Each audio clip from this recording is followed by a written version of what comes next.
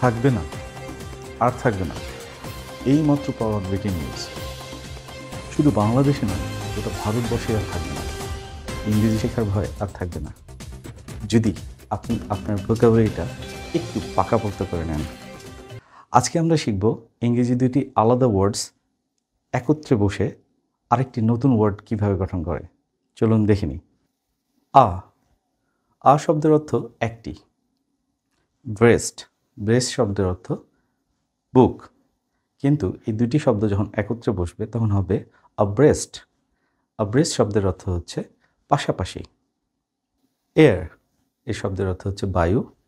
Craft এই শব্দের অর্থ হচ্ছে নৈপুণ্য। এই দুটি শব্দ একসাথে মিলিত হয়ে হবে এয়ারক্রাফট, যার অর্থ হচ্ছে বিমান। আর্ট মানে হচ্ছে শিল্প। ফুল মানে হচ্ছে পূর্ণ। এই দুটি শব্দ একত্রে হয়ে হবে আর্টফুল, যার অর্থ হলো চালাক বা দক্ষ। ব্যাক এর অর্থ পিছনে। স্টেজ মানে হচ্ছে মঞ্চ।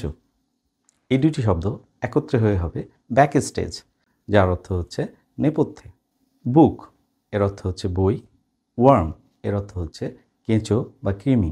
এই দুটি শব্দ একত্রে হয়ে হবে বুকওয়ার্ম, যার অর্থ হচ্ছে বই পাগল বা বইয়ের পোকা, যে আসলে বই পড়তে খুব পছন্দ করে। বাটার এর অর্থ হচ্ছে মাখন। ফ্লাই এর অর্থ হচ্ছে উড়ে যাওয়া অথবা মাছি। এই দুটি শব্দ একত্রে হয়ে হবে বাটারফ্লাই, যার অর্থ হচ্ছে প্রজাপতি। কেয়ার অর্থ হচ্ছে যত্ন। ফ্রি অর্থ হচ্ছে মুক্ত। কিন্তু এই দুটি শব্দ একত্রে হয়ে হবে কেয়ারফ্রি, যার অর্থ হচ্ছে নিশ্চিন্ত, অর্থাৎ যার কোনো টেনশন নাই। কমফোর্ট শব্দের অর্থ হচ্ছে আরাম। আর টেবল অর্থ হচ্ছে টেবিল। কিন্তু এই দুটি শব্দ একত্রে হয়ে হবে কমফোর্টেবল, যার অর্থ হচ্ছে আরামদায়ক। কাউন্টার শব্দের অর্থ হচ্ছে বিপরীত। পার্ট শব্দের অর্থ হচ্ছে অংশ। এই দুটি শব্দ আবার একত্রে মিলিত হয়ে হবে কাউন্টার পার্ট, যার অর্থ হচ্ছে সমকক্ষীয় ব্যক্তি বা স্থান। ক্রস মানে অতিক্রম করা। রোড মানে রাস্তা। এই দুটি শব্দ আবার একত্রে মিলিত হয়ে হবে ক্রস রোড, যার অর্থ হচ্ছে চৌরাস্তা বা মোড়। ডেড শব্দের অর্থ হচ্ছে মৃত। লাইন শব্দের অর্থ হচ্ছে সীমানা। এই দুইটি শব্দ একত্রে মিলিত হয়ে হবে ডেড লাইন, যার অর্থ হচ্ছে সময়সীমা। ডাউন শব্দের অর্থ হচ্ছে নিচে। টাউন শব্দের অর্থ হচ্ছে শহর। এই দুইটি শব্দ একত্রে মিলিত হয়ে আরেকটি নতুন শব্দ হবে, যেটা হচ্ছে ডাউন টাউন। এর অর্থ হচ্ছে বাণিজ্য কেন্দ্র বা শহরের প্রধান কেন্দ্র। আই শব্দের অর্থ চোখ। লিড শব্দের অর্থ হচ্ছে ঢাকনা। এই দুটি শব্দ একত্রে মিলিত হয়ে হবে আইলিড, যার অর্থ হচ্ছে চোখের পাতা। ফেয়ার শব্দের অর্থ হচ্ছে ভাড়া। ওয়েল শব্দের অর্থ হচ্ছে ভালো। এই দুটি শব্দ আবার একত্রে মিলিত হয়ে হবে ফেয়ারওয়েল, যার অর্থ হচ্ছে বিদায়। ফর শব্দের অর্থ হচ্ছে জন্য। গেট মানে পাওয়া বা বোঝা। তবে একত্রে মিলিত হয়ে যদি যে ওয়ার্ডটি গঠন হয়, এর অর্থ হচ্ছে ভুলে যাওয়া। ফরগেট মানে ভুলে যাওয়া।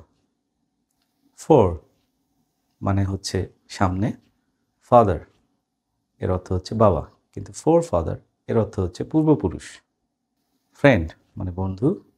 শিপ মানে জাহাজ, কিন্তু ফ্রেন্ডশিপ মানে হচ্ছে বন্ধুত্ব। গার্ল মানে মেয়ে বা বালিকা। ফ্রেন্ড মানে বন্ধু, কিন্তু গার্লফ্রেন্ড মানে হচ্ছে প্রেমিকা। গুড মানে ভালো। উইল মানে ইচ্ছা, তবে গুড উইল এর অর্থ হচ্ছে সুনাম। ফিড শব্দের অর্থ হচ্ছে খাওয়ানো বা পশু খাদ্য। আর ব্যাক মানে পেছনে। তবে এই দুটি শব্দ আবার একত্রে মিলিত হয়ে হবে ফিডব্যাক, যার অর্থ হচ্ছে প্রতিক্রিয়া। হানি মানে হচ্ছে মধু।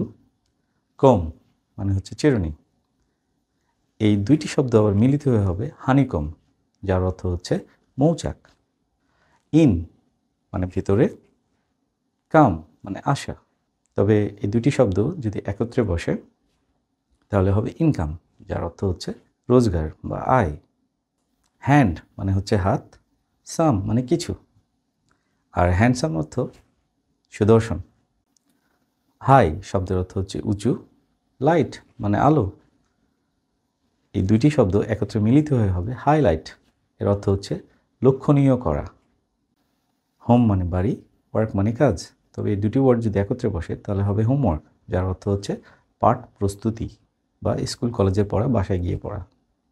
ল্যান্ড মানে জমি, লর্ড মানে প্রভু, তবে এই দুটি ওয়ার্ড যদি একসাথে বসে তাহলে হবে ল্যান্ডলর্ড, যার অর্থ হচ্ছে জমিদার অথবা বাড়িওয়ালাও হয়ে থাকে। নেভার মানে কখনোই না, দা মানে টি অথবা টা, লেস মানে কম। এই তিনটি ওয়ার্ড যদি আবার একত্রে বসে তাহলে হবে নেভার দ্য লেস, এর অর্থ হচ্ছে তবুও। ওভার মানে উপরে, কাম মানে আসা, তবে এই দুটি ওয়ার্ড যদি একত্রে বসে তাহলে সেটা হবে ওভারকাম, যার অর্থ হচ্ছে অতিক্রম করা বা জয় করা। সুইট মানে মিষ্টি, হার্ট মানে হৃদয়, কিন্তু এই দুটি ওয়ার্ড যদি একসাথে বসে তাহলে হবে সুইট হার্ট, যার অর্থ হচ্ছে প্রিয়জন বা প্রিয়তমা। 10 যার অর্থ হচ্ছে 10, অ্যান্ট যার অর্থ হচ্ছে পিপিলিকা, তবে এই দুটি ওয়ার্ড যদি একত্রে বসে তাহলে হবে টেন্যান্ট, যার অর্থ হচ্ছে ভাড়াটিয়া। আদার মানে অন্য, ওয়াইস মানে জ্ঞানী বা বিজ্ঞ, তবে এই দুটি ওয়ার্ড যদি একত্রে বসে তাহলে হবে আদারওয়াইজ, যার অর্থ হচ্ছে অন্যথায়।